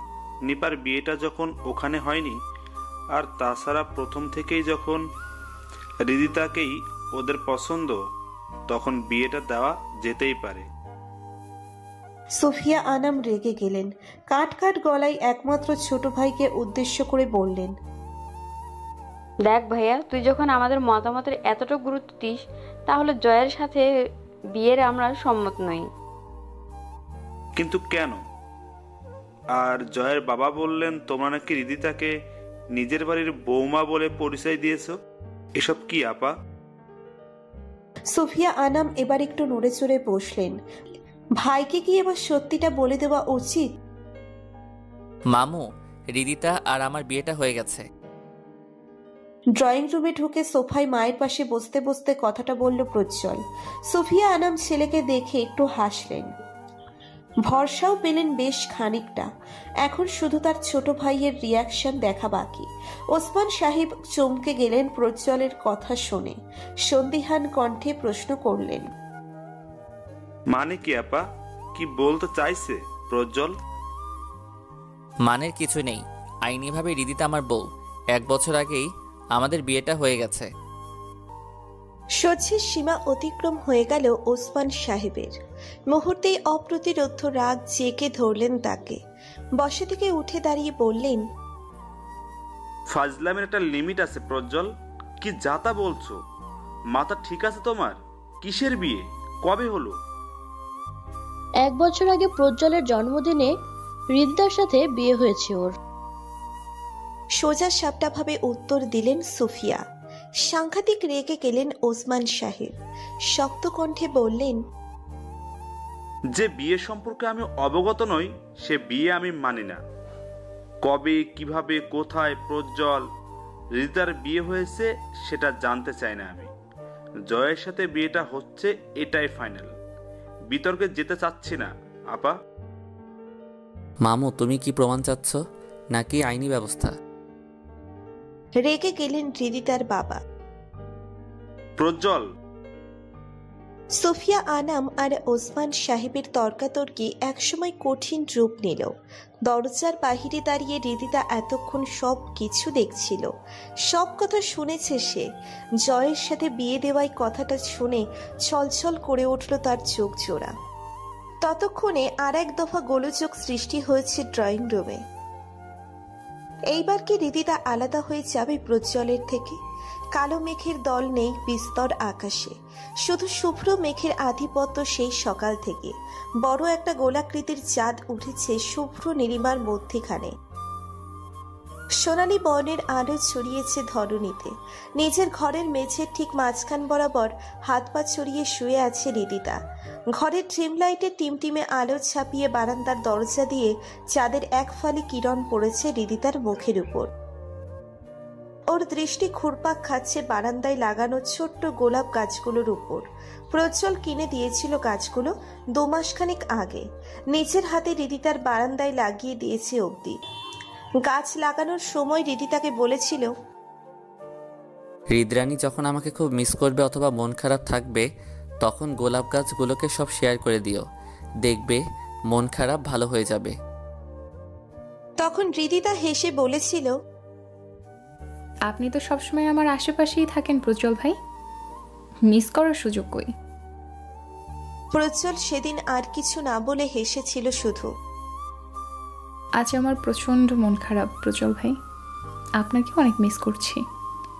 গোলাপ চারাগুলোকে বলছিলাম তখন, এই তোরা শোন, আমার আজ মন খারাপ, মিস করছি তাকে।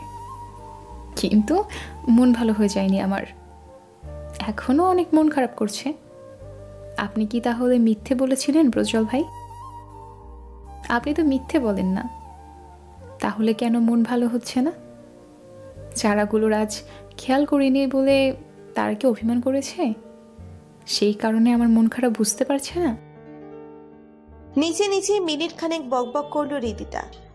এখনো ওভাবেই হাত পা ছড়িয়ে শুয়ে আছে সে। বেডে গা এলিয়ে দিতে বিরক্ত লাগছে। সন্ধ্যায় বড় ফুপু আর প্রজ্জ্বলের সাথে ওর বাবার এক প্রকার রেশারেশিতে রাগ করে বাড়ি চলে গেছেন সুফিয়া। প্রজ্জ্বল আরো কিছুক্ষণ নিজের মামাকে বোঝানোর চেষ্টা করে ব্যর্থ হয়েছে। তিনি কিছুতেই হৃদিতার বিয়ে প্রজ্জ্বলের সাথে দেবেন না। প্রজ্জ্বল বা কতক্ষণ আর এভাবে নিজের বিয়ে নিয়ে এত চোরাচুরি করত? সেও একসময় দীর্ঘশ্বাস ফেলে বেরিয়ে গেছে। তবে যাওয়ার সময় কাট কাট গলায় বলে গেছে সে, স্বেচ্ছায় না হলে তুলে নিয়ে যাবে হৃদিতাকে। এত কিছু স্বচক্ষে দেখার পর হৃদিতা সেই যে দরজা বন্ধ করছে আর খোলেনি। হৃদিতার বাবাও অভিমান করে মেয়েকে আর ডাকেনি। শেফা একটু আগে দরজার বাহির থেকে অনেক ডাকাডাকি করে গেছে খাওয়ার জন্য, কিন্তু একঘেয়ে হৃদিতা দরজা খোলেনি। রাগান্বিত গলায় সে বলে দিয়েছে সে খাবে না, খিদে নেই। শেফা মেয়ের জেদের কাছে জিম্মি হয়ে আর ডাকতে আসেননি। হৃদিতা বারান্দার দরজা থেকে চোখ সরিয়ে নিল। মেঝেতে পড়ে থাকা ভাঙা ফোনটার দিকে তাকিয়ে তপ্ত নিঃশ্বাস ফেলল। প্রজ্জ্বল ফোন ধরছিল না বলে রাগের বশে আছাড় মেরেছে মেঝেতে। ফোনের ভাঙা অংশগুলো ঘরময় ছড়িয়ে ছিটিয়ে আছে। মেঝে থেকে চোখ সরিয়ে নিল তৎক্ষণাৎ। তারপর ঘরে চালানো বৈদ্যুতিক হলুদ রঙের ড্রিম লাইটের দিকে তাকিয়ে থাকলো এক ধ্যানে। কিছুক্ষণ তাকিয়ে থাকার পর চোখ জোড়া ঘোলা হয়ে আসতে শুরু করলো।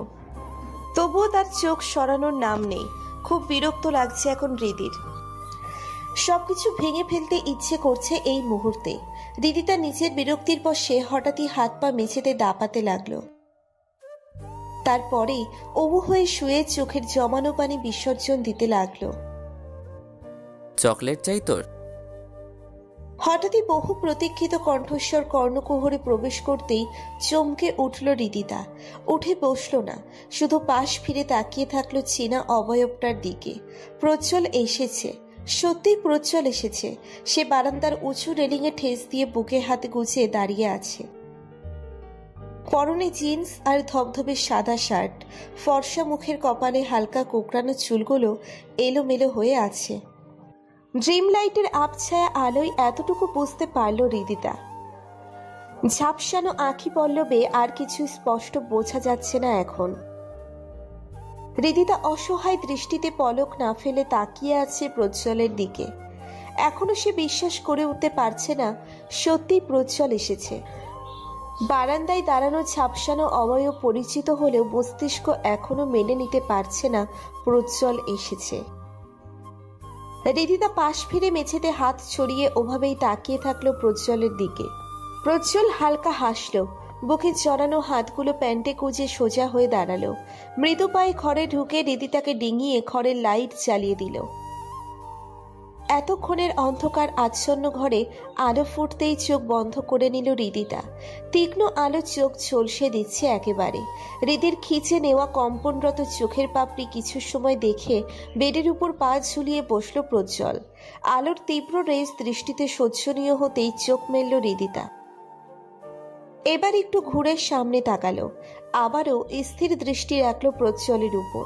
কত বছর যেন প্রজ্জ্বলকে দেখে না সে, তবুও সে উঠে দাঁড়াচ্ছে না হৃদি। বলতে গেলে ওঠার শক্তি পাচ্ছে না, ঝিমিয়ে পড়ছে শরীর।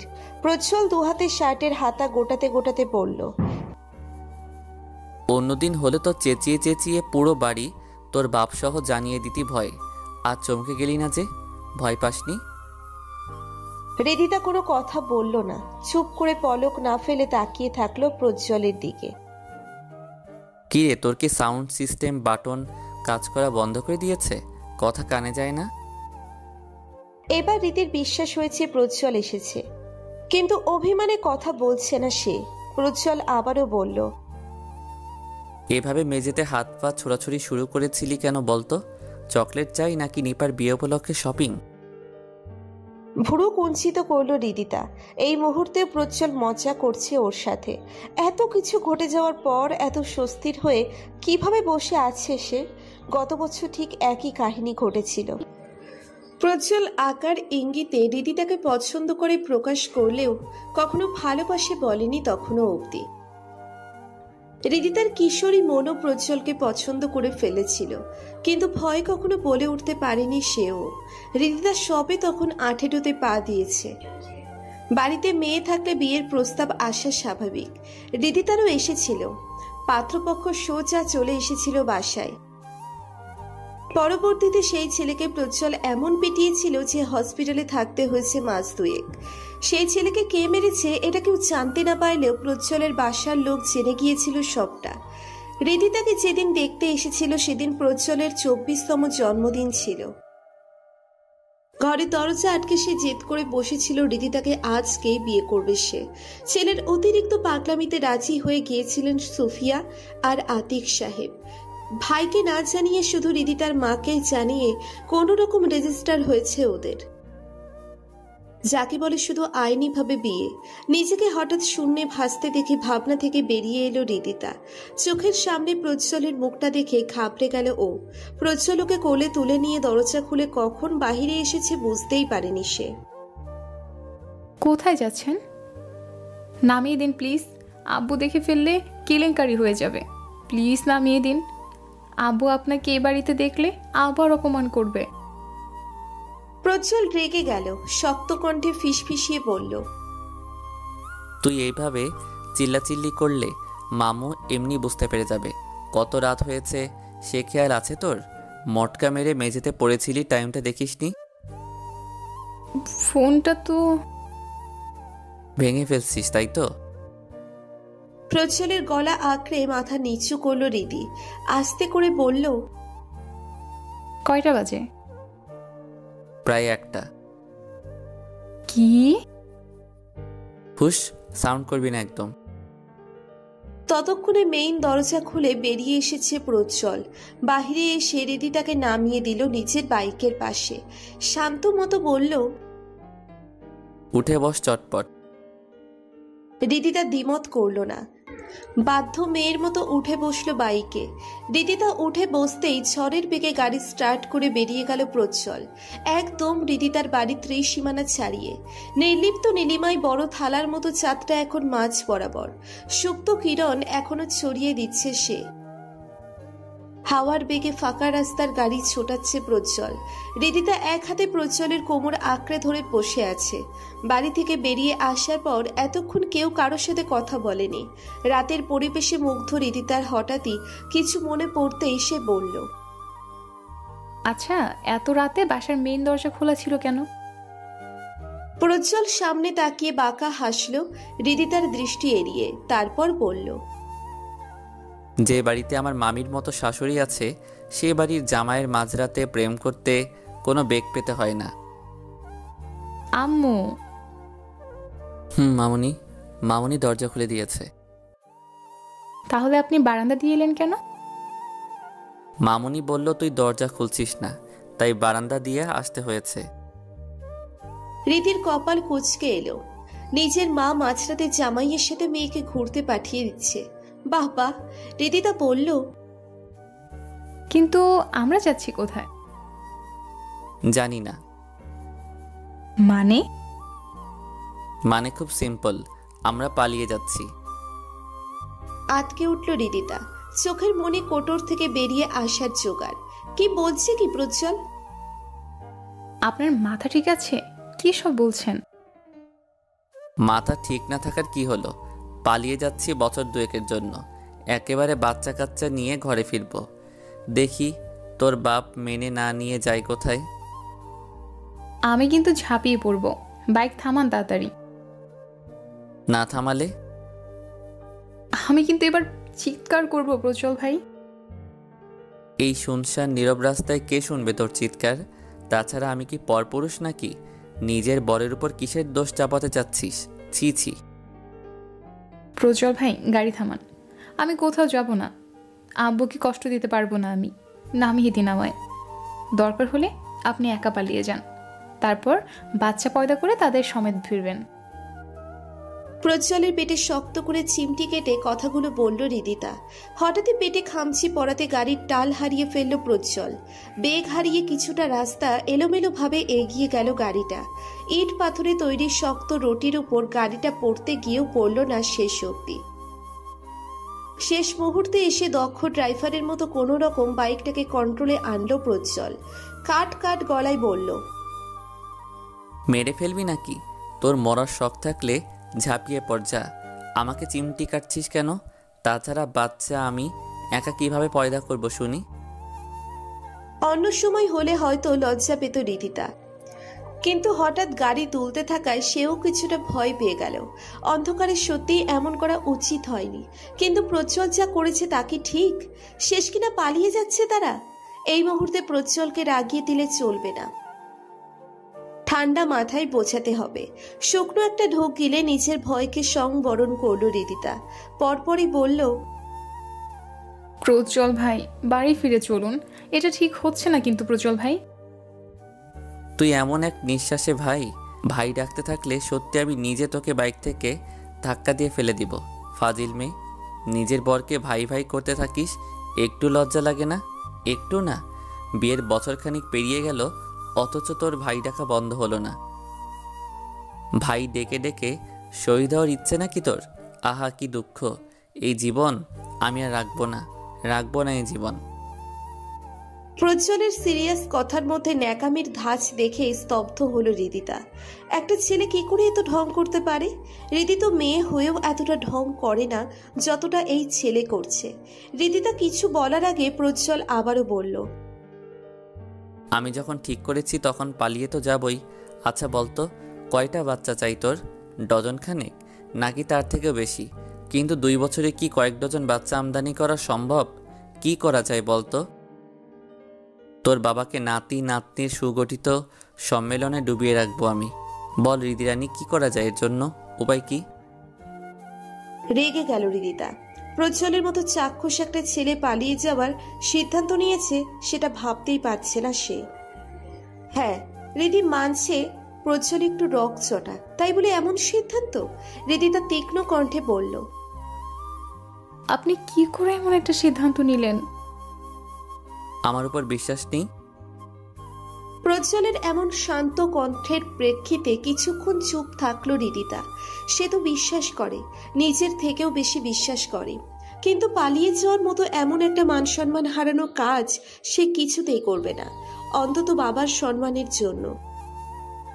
প্রজ্জ্বলের কোমরে আঁকড়ে ধরা হাতটা গুটিয়ে নিল রিদিতা, গম্ভীর কণ্ঠে বলল, আমাকে নামিয়ে দিন প্রজ্জ্বল ভাই, আমি কোথাও যাচ্ছি না।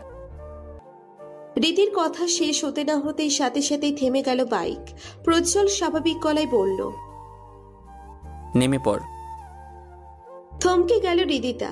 গটিয়ে নেওয়া হাতটা আবারও প্রজ্জ্বলের কোমরে গোজে আটো সাটো হয়ে বসলো সে। সত্যি সত্যি প্রজ্জ্বল নামিয়ে দিচ্ছে নাকি? রীতি তো ভেবেছিল প্রজ্জ্বল এমন কথা শুনলে ওকে বাড়িতে রেখে আসবে, কিন্তু না, সে তো মাঝরাতে সত্যিই রিদিকে রাস্তায় নামিয়ে দিতে চাইছে। এত রাতে কোথায় যাবে রিদি? অন্ধকার রাস্তায় ভূতটুত চলে আসে যদি, তখন কি হবে? এসব উদ্ভট কথা ভেবে পাগল পাগল লাগছে রিদির। হাতের বাঁধন আরো শক্ত করলো, দুটো হাতেই এবার প্রজ্জ্বলের কোমর শক্ত করে জড়িয়ে ধরে গুটিয়ে বসলো সে। দম বন্ধ করে মেরে ফেলবি নাকি? কাছে গেলেই তো তোর ছটফটানি শুরু হয়ে যায়, অথচ আজ 2 হাতে চেপে ধরে বসে আছিস। লাগছে আমার, তাড়াতাড়ি নেমে পড়। রিদিতা আরো শক্ত করে জড়িয়ে ধরল। কিছুতেই সে বাইক থেকে নামবে না, কিছুতেই না। প্রজ্জ্বল বলল, উল্টো দিক হয়ে আছি, তাই তোকে চটটাও বসাতে পারছি না। তুই নামবি নাকি বাইক থেকে ফেলে দিব তোকে?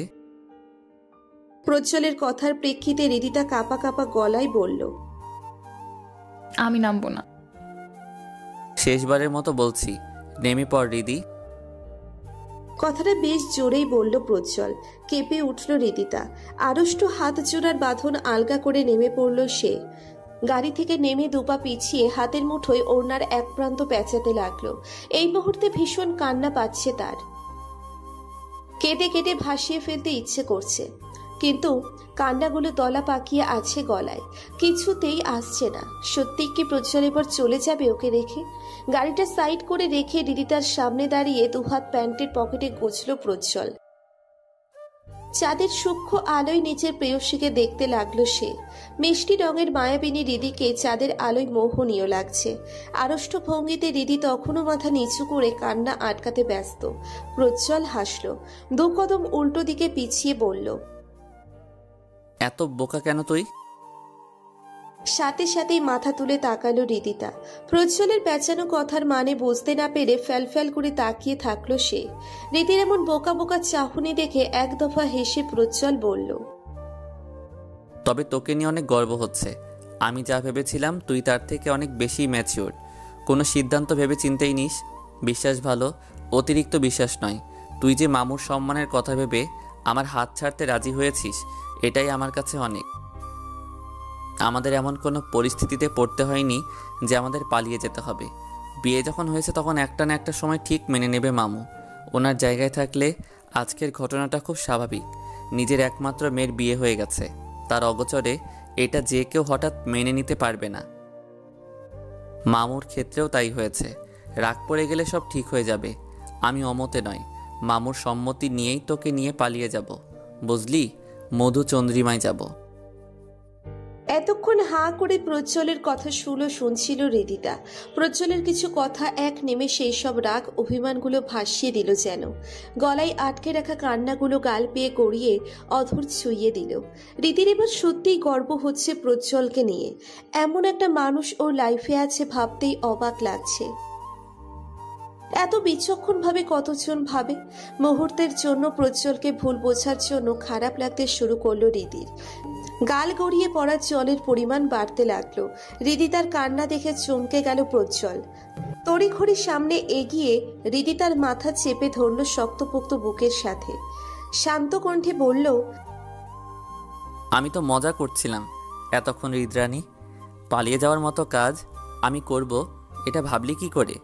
আচ্ছা বাবা, সরি, কান্না করিস না প্লিজ। প্রজ্জ্বলের কথার মাঝে পাশের রাস্তা দিয়ে ওদের ছাড়িয়ে একটা ট্রেন ছুটে গেল তীক্ষ্ণ বেগে, রাতের অন্ধকার ছাপিয়ে তার নির্দিষ্ট গন্তব্যে। ট্রেনটা চলে যেতেই প্রজ্জ্বল খেয়াল করল হৃদিতা এখনো কাঁদছে। হৃদির মাথায় হাত বুলিয়ে এক পলক নীলিমা আকাশের চাঁদটাকে তীক্ষ্ণ দৃষ্টিতে পর্যবেক্ষণ করে নিল সে। তীব্র গতিতে ট্রেনটা ছুটে গেল, দেখেছিস হৃদরানী? দেখেছিস তো? এখন দেখ, তার থেকেও তীব্র গতিতে ছুটছে আমার হৃদস্পন্দন। শুনতে পাচ্ছিস হৃদ? এক হাতে হৃদিতার কোমর আর অন্য হাতে হৃদিতার মাথা বুকে চেপে ধরে কথাটা বলল প্রজ্জ্বল। তোকে কবে কখন ভালোবেসে ফেলেছি জানি না। ছোটবেলা থেকেই তোর শান্ত স্বভাব আমাকে কাছে টানত। বয়সের সাথে সাথে একসময় বুঝতে পারলাম তোর থেকে দূরে থাকা সম্ভব হচ্ছে না আমার। কেউ তোর দিকে একটাবার তাকালে হৃদস্পন্দন বেড়ে যেত আমার, চোখ তুলে ফেলতে ইচ্ছে করত। তোর থেকে দূরে থাকতে হবে ভেবে ভার্সিটির ক্লাসে তেমন অ্যাটেন্ড করতে পারি না আমি। সব সময় তোকে সামনে বসিয়ে রাখতে ইচ্ছে করে। অস্বাভাবিক হৃদস্পন্দন তাকে শান্ত করতে ইচ্ছে করে। একটা সময় বুঝে গেলাম তোকে আমার চাই। হ্যাঁ, শুধু তোকেই চাই। আমার হৃদস্পন্দন বেড়ে যাওয়ার কারণ যেমন তুই, আমাকে শান্ত রাখার উপায়ও তুই। ভালোবাসি, একটু বেশি ভালোবাসি। আমাকে ছেড়ে যাওয়ার চিন্তাভাবনা করবি না একদম। আমার হৃদস্পন্দন যতক্ষণ আছে ততক্ষণ না হয় আমার কাছেই থাকিস। আমি প্রজ্জ্বলের বাকি কথা শেষ করতে দিল না হৃদিতা। আলগা করা দুহাতে জড়িয়ে নিল প্রজ্জ্বলকে, কান্না সিক্ত কণ্ঠে বলল, খবরদার এমন কথা বলবেন না। মুচকি হাসল প্রজ্জ্বল। শক্ত বাহু ডোরে হৃদিকে আবদ্ধ করে অধর ছুঁয়ে দিল মাথায়। শুভ্র মেঘোদয়ের মলিন হাওয়াতে অন্ধকার আচ্ছন্ন বিস্তর আকাশ। সকালের রৌদ্রোজ্জ্বল আকাশ আজ ঘন কালো মেঘে ছেয়ে আছে। গাছের পাতায় ঢেউ খেলছে মৃদু বাতাস, সাথে তৈরি করছে রাস্তার বিষণ্ণ ধূলিকণার অস্থির কার্যক্রম। বারান্দায় দাঁড়িয়ে নির্জীব উদাসীন প্রকৃতির কর্মকাণ্ড নিখুঁতভাবে খেয়াল করছে হৃদিতা। ফ্যাকাশে রঙের আকাশটাকে হঠাৎ করেই কাছে ছাই রঙে রাঙানো শাড়ির অধলে কোনো এক রূপসী মনে হচ্ছে। হৃদির মন বেশ ফুরফুরে, তাই হয়তো উদাসীন প্রকৃতিকে ওর কাছে অন্য রূপ দিয়েছে। বারান্দার রেলিং ধরে মাথাটা সামনে এগিয়ে নিল হৃদিতা। খোলা চুলে মৃদু বাতাস খেলে যেতেই হেসে উঠল সে। মন ভালো করার গভীর প্রয়াসটা ঘটেছে আজ সকালে। ভোরের দিকে প্রজ্জ্বল বাসায় নামিয়ে দিয়ে যাওয়ার পর নামাজ শেষে একটু ঘুম দিয়েছিল হৃদিতা। হঠাৎ ড্রয়িং রুমের কিছু শোরগোল হৃদির ঘর অবধি পৌঁছে যেতে যেতেই ঘণ্টাখানিকের ঘুমটা ভেঙে গেল তার। গোলযোগে সৃষ্টির কারণ খুঁজতে ঘরের বাইরে আসতেই ড্রয়িং রুমের কথোপকথন শুনে আটকে গেল সে। জয়ের বাবা নিচে এসেছেন বিয়েতে নাকচ করতে। তার ছেলের নাকি অন্য জায়গায় মেয়ে পছন্দ হয়েছে। হৃদিতাকে সে কোনোভাবেই বিয়ে করতে পারবে না। প্রথমে ওসমান সাহেব অবাক হলেও পরবর্তীতে দুটো কটূক্তি শুনিয়েছেন জয়ের বাবাকে। জয়কে ক্যারেক্টারলেস উপাধি দিতেও পিছুপা হননি তিনি। তবে ভদ্রতার খাতিরে বেশি কথা বাড়াননি ওসমান সাহেব। ভদ্র কথায় বেরিয়ে যেতে বলেছেন জয়ের বাবাকে। জয়ের বাবাও মাথা নিচু করে চলে গেছেন। সেই তখন থেকেই সেই খুশি হৃদিতা। ঘুমো ঘুমো চোখে দেখা দিয়েছে উচ্ছলতা। নিদ্রাহীন আঁখি পল্লব খুশিতে মাতোয়ারা হয়ে আছে সেই সকাল থেকে এখনো পর্যন্ত। প্রকৃতির মায়ায় মুগ্ধতার ঘোর লাগা রেশ কাটল ফোনের তীক্ষ্ণ রিংটোনে। বিরক্ত হলো না হৃদি। শিথিল চাহনি ফেলে বারান্দায় ছোট্ট টেবিলে রাখা ফোনটার দিকে তাকালো। গুটি পায়ে এগিয়ে এসে ফোন হাতে তুলে নিল। ফোনের স্ক্রিনে তাকাতেই ফুরফুরে মনটা আরো ফুরফুরে হয়ে গেল তার।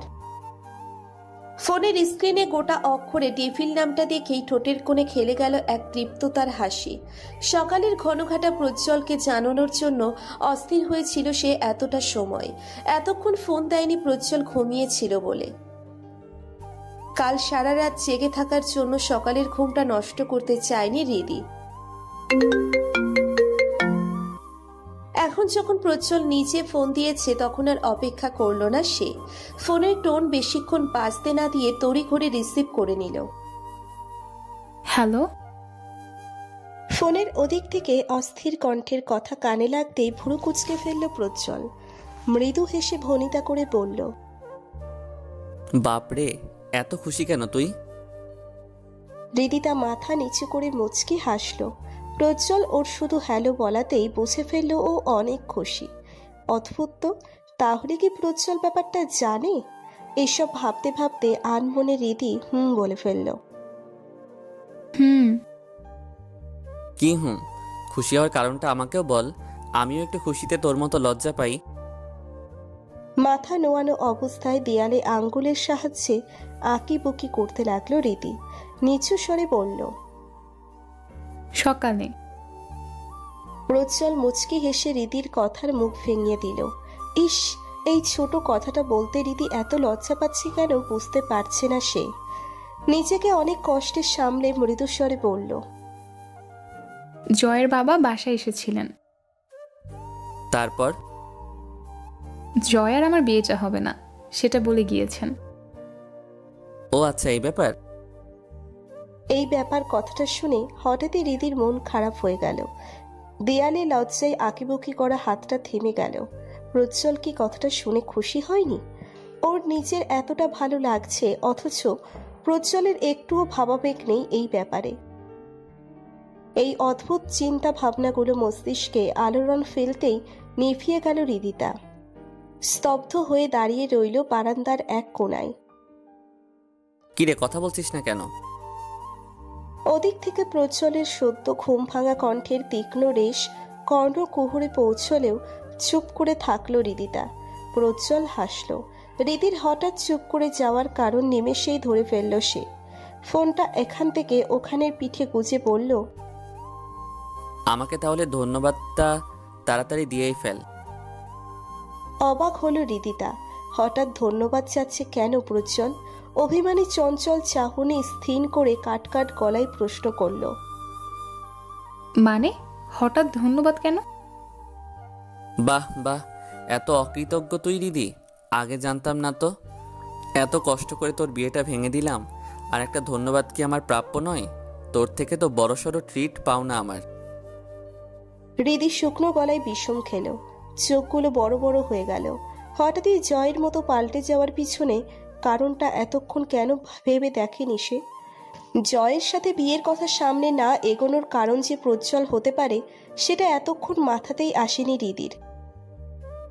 এবার ভয় পেয়ে গেল সে। প্রজ্জ্বল আগের বারের মতো এবারও জয়ের সাথে কিছু করে বসেনি তো? তৎক্ষণাৎ আটকে উঠল সে, ভয়ার্থ কণ্ঠে বলল, আপনি জয়ের সাথে কিছু? ঠিক ধরেছিস। রিদির কথা শেষ করতে না দিয়ে সোজা সাপটা কথায় উত্তর দিল প্রজ্জ্বল। শুকনো ঢোক গিলল রিদিতা।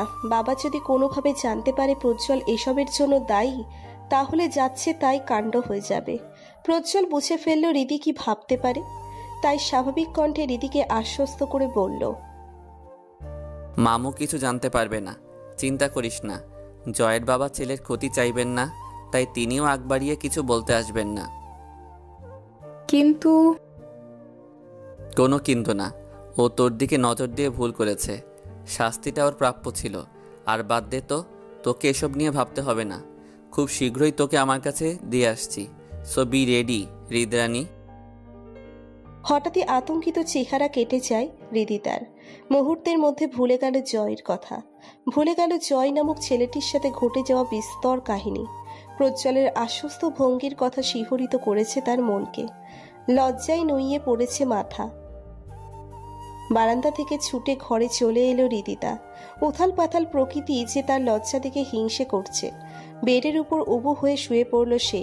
ওপাশ থেকে এক নাগারে কিছু লজ্জা লাগানো কথা বলে যাচ্ছে প্রজ্জ্বল, আর তারই প্রতিক্রিয়ার উবু হয়ে শুয়ে থাকা রিদিতার গালদয় লাল আভা ছড়াচ্ছে। ছেলেটা বড্ড ভালোবাসে ওকে, হারানোর ভয়ে উদ্ভট কাজ করে, পাগলামি করে। এই পাগলামিতেই হঠাৎই বাধা পড়ে গেছে রিদি। মাঝে মাঝে শান্ত মেয়েটারও এখন অদ্ভুত ইচ্ছে জাগে। প্রজ্জ্বলের মতো পাগলামি করে ওকেও বেঁধে রাখতে ইচ্ছে করে রিদির। কিশোরী মন শায়রি ফুটন্ত প্রেমের উত্থাল ঢেউয়ে হাবুডুবু খাওয়াতে ইচ্ছে করে। প্রজ্জ্বল নামটা যেমন প্রত্যেক মুহূর্তে মস্তিষ্কে বিশাল আস্তরণে ঢেকে রাখে, ঠিক সেভাবেই প্রজ্জ্বলের মস্তিষ্কে আলোড়ন সৃষ্টি করতে চায় রীতি। জ্বালিয়ে পুড়িয়ে ছারখার করে দিতে চাই প্রেমময় প্রহরে। এসব আনমনে ভাবতে ভাবতে আকস্মিক রাজ্যের ঘুম চলে এলো রীতির চোখে। অবচেতন মন এখন স্বপ্নের দেশে প্রজ্জ্বলকে নিয়ে বিচরণ করছে। আহা, কি শান্তির ঘুম! তন্দ্রাচ্ছন্ন হৃদিতা কিছুক্ষণ প্রজ্জ্বলের কথার প্রেক্ষিতে হু হা করে তলিয়ে গেল ঘুমের দেশে। ফোনের ওপাশ থেকে কোনো কথা আসছে না দেখে বার কয়েক মৃদুস্বরে হৃদিকে ডাকতে লাগলো প্রজ্জ্বল। কোনো সারা শব্দ না আসায় একটু হাসল সে। মেয়েটা যখন তখন ঘুমিয়ে পড়ে আজকাল। তোকে আর 5 মিনিট সময় দিব, এর মধ্যে বেরিয়ে না আসলে সত্যি তুলে নিয়ে আসবো বলে দিলাম। সিজন 2, 3, 4 শুনতে আমাদের চ্যানেলটি সাবস্ক্রাইব করে বেল বাটনে ক্লিক করুন।